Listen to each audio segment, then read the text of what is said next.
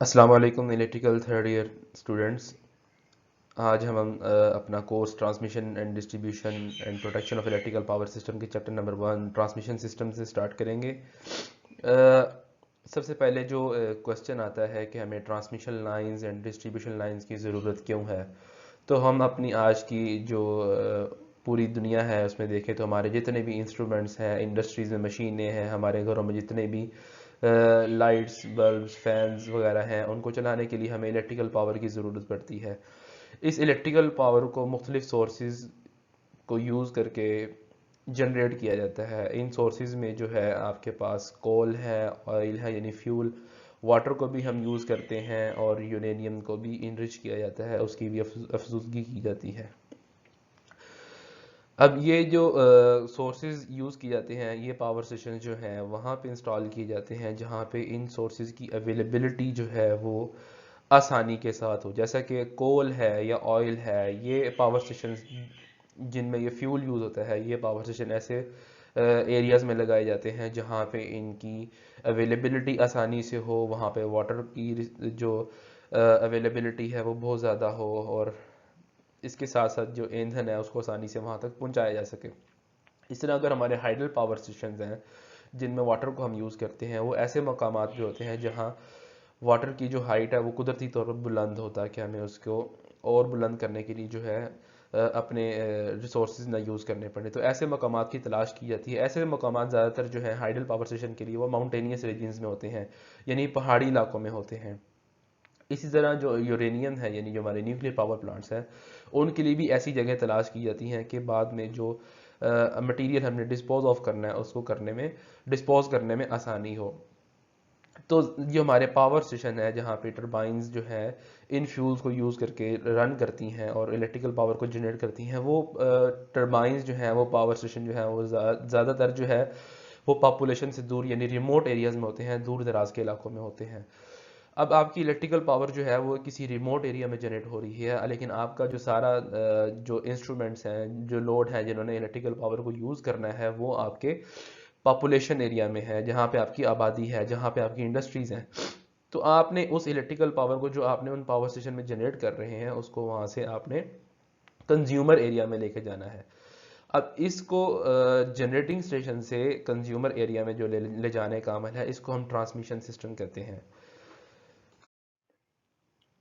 Transmission system के जो है दो मेन पार्ट्स हैं, दो मेन एलिमेंट्स हैं, एक जिसमें एक ट्रांसमिशन नेटवर्क या लाइंस आती हैं और दूसरा को हम कहते हैं डिस्ट्रीब्यूशन नेटवर्क। इसको दोनों को मिला के हम ट्रांसमिशन सिस्टम कहते हैं। ट्रांसमिशन नेटवर्क या लाइंस वो लाइंस हैं जो आपकी इलेक्ट्रिकल पावर जनरेशन यानी जहाँ पे आपकी पावर जनरेट हो रही है, जो आपका जनरेटिंग स्टेशन है, उसको आपके लोड सेंटर के साथ डिस्ट्रीब्यूशन सब स्टेशन के साथ कनेक्ट करते हैं। डिस्ट्रीब्यूशन सब स्टेशन क्या होता है?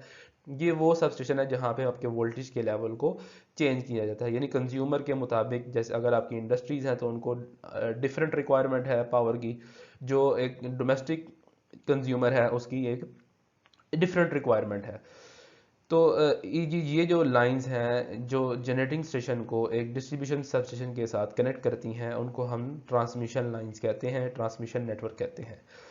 आगे जो डिस्ट्रीब्यूशन सब स्टेशन से मेन कंज्यूमर को कनेक्शन देती हैं यानी इंडस्ट्रीज के साथ जोड़ती हैं, डोमेस्टिक कंज्यूमर उसके साथ जोड़ती हैं, वो लाइंस को हम डिस्ट्रीब्यूशन नेटवर्क कहते हैं, डिस्ट्रीब्यूशन लाइंस कहते हैं।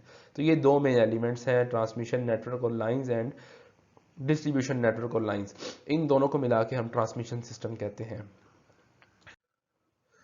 इन दो लाइनों में जो है transmission lines and distribution lines जो मेन एलिमेंट्स है ट्रांसमिशन सिस्टम के, इन दोनों के दरमियान जो है एक कंपैरिजन है, बहुत बड़ा डिफरेंस है जो मैं आपको बता देता हूँ। ट्रांसमिशन लाइंस जो हैं वो इलेक्ट्रिकल पावर को डिस्ट्रीब्यूशन सब स्टेशन को जनरेटिंग स्टेशन से कनेक्ट करती हैं, इलेक्ट्रिकल पावर को ट्रांसमिट करती हैं at a very high level.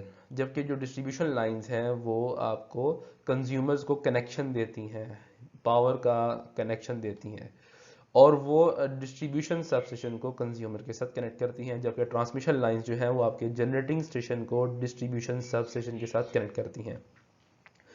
जैसा कि मैंने पहले कहा कि ट्रांसमिशन लाइंस जो है वो at a very high voltage होती हैं, तो इसे हम हाई वोल्टेज लाइंस भी कहते हैं, जो 500 kilo volt, 220 kilo volt, 132 kilo volt पे रन करती हैं। जबकि डिस्ट्रीब्यूशन लाइंस जो है उनका वोल्टेज लेवल कम होता है, ये ज़्यादातर 11 kilo volt, 400 kilo volt, 400 volt and 230 volt.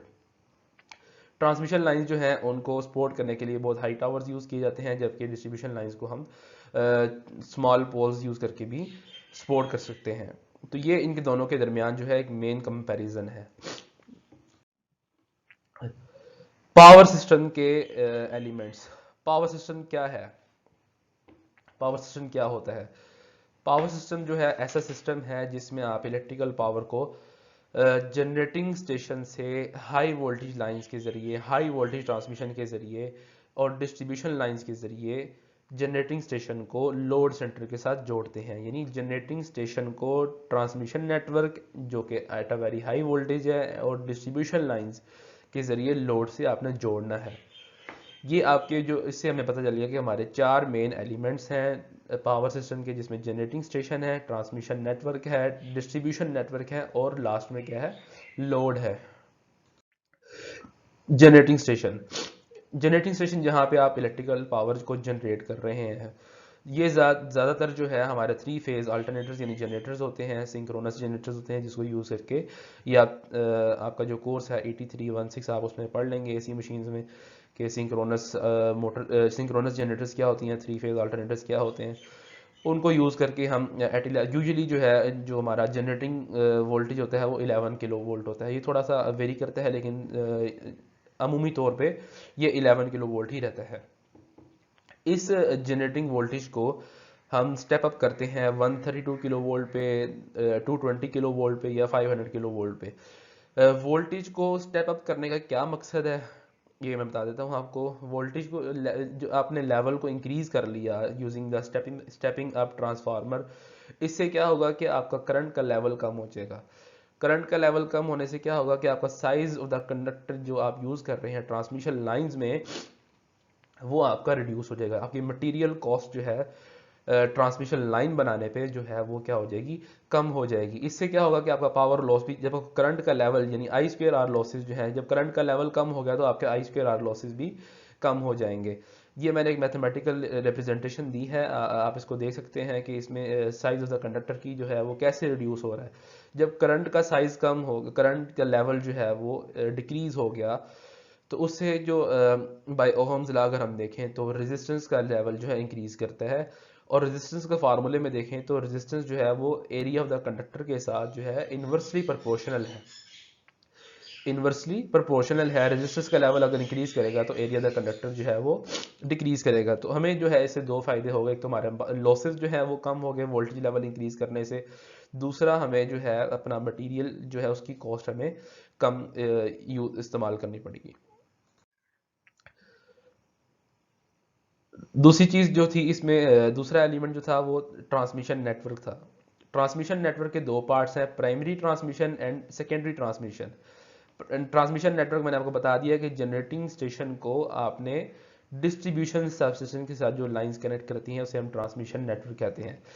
Primary transmission क्या है और सेकेंडरी ट्रांसमिशन क्या है? प्राइमरी ट्रांसमिशन जो है वो 220 किलो वोल्ट और 500 किलो वोल्ट की लाइंस को हम, जो कि जनरेटिंग स्टेशन को ग्रिड स्टेशन के साथ, अब जनरेटिंग स्टेशन और डिस्ट्रीब्यूशन सब स्टेशन के दरमियान जो है एक और चीज़ आ गई, ग्रिड स्टेशन। तो जनरेटिंग स्टेशन को जो चीज़ ग्रिड स्टेशन के साथ कनेक्ट करेगी, उन लाइंस को हम प्राइमरी ट्रांसमिशन कहते हैं। ये high voltage line, extra high voltage lines होती हैं जिनको हम 220 किलो वोल्ट पे और 500 किलो वोल्ट पे रन की जाती हैं। दूसरी चीज़ जो है वो सेकेंडरी ट्रांसमिशन है, जो ग्रिड स्टेशन को डिस्ट्रीब्यूशन सबस्टेशन के साथ कनेक्ट करती हैं। ये यूजुअली जो है इनका वोल्टेज 132 किलो वोल्ट और 66 किलो वोल्ट होता है। तीसरी चीज़ जो है पावर सिस्टम का जो मेन एलिमेंट है वो है डिस्ट्रीब्यूशन नेटवर्क। डिस्ट्रीब्यूशन नेटवर्क के भी दो पार्ट्स हैं, एक प्राइमरी डिस्ट्रीब्यूशन है और दूसरी सेकेंडरी डिस्ट्रीब्यूशन है। प्राइमरी डिस्ट्रीब्यूशन यानी जो आपके डिस्ट्रीब्यूशन सबस्टेशन से जो लाइंस आप इंडस्ट्रीज जो कंज्यूमर है, जो कंज्यूमर आपका इंडस्ट्रीज हैं, जिसकी फैक्ट्रीज हैं, जिसकी पावर की रिक्वायरमेंट और है, वहाँ पे कुछ ऐसे इंस्ट्रूमेंट्स हैं जिनको हाई पावर चाहिए, तो आप उसको जो है एक सेपरेट 33 किलो वोल्ट की लाइन दे देते हैं। वो अपना ट्रांसफार्मर लगा के अपने मुताबिक उस लोड को, उस वोल्टेज लेवल को स्टेप डाउन कर सकता है। इसे हम प्राइमरी डिस्ट्रीब्यूशन कहते हैं। दूसरी चीज़ है जी सेकेंडरी डिस्ट्रीब्यूशन। सेकेंडरी डिस्ट्रीब्यूशन में जो है वापडा जो है अपने ट्रांसफार्मर को यूज़ करके 11 किलो वोल्ट को स्टेप डाउन करता है 230 वोल्ट पे या 400 वोल्ट पे, जो आपके डोमेस्टिक कंज्यूमर को दी जाती है। ये एक प्राइमरी डिस्ट्रीब्यूशन और सेकेंडरी डिस्ट्रीब्यूशन। लास्ट एलिमेंट जो था वो है जी लोड। लोड क्या चीज़ है? जो आपके इंस्ट्रूमेंट्स जो इलेक्ट्रिकल पावर को यूज़ करते हैं, जो आपके पास मौजूद हैं, जैसे घरों में आपके मोटर्स हैं, फ्रिजेस हैं, और इंस्ट्रूमेंट्स जो है इलेक्ट्रिकल इंस्ट्रूमेंट जो इलेक्ट्रिकल पावर को यूज़ करते हैं, इनको हम लोड कहते हैं। ये कंज्यूमर लोकेलिटी में है। अब जो वापडा है वो आपको 3 फेज 4 वायर नेटवर्क सिस्टम देता है, जिसे डिस्ट्रीब्यूटर कहते हैं। और ये जो है आपको 3 फेज ट्रांसफार्मर से मिलता है। जो आपके गली मोहल्लों में ट्रांसफार्मर लगे हैं वो ज़्यादातर जो है वो सारे 3 फेज ट्रांसफार्मर होते हैं। उससे आपको जो है 3 फेज 4 वायर नेटवर्क मिलता है।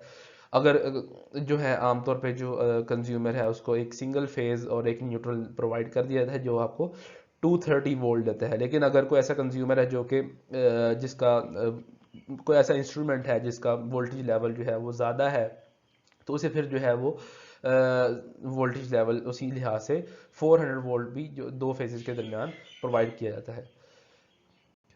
ये हमारा आज का सेशन था। इंशाल्लाह हम इसे कंटिन्यू करेंगे। अल्लाह हाफिज़।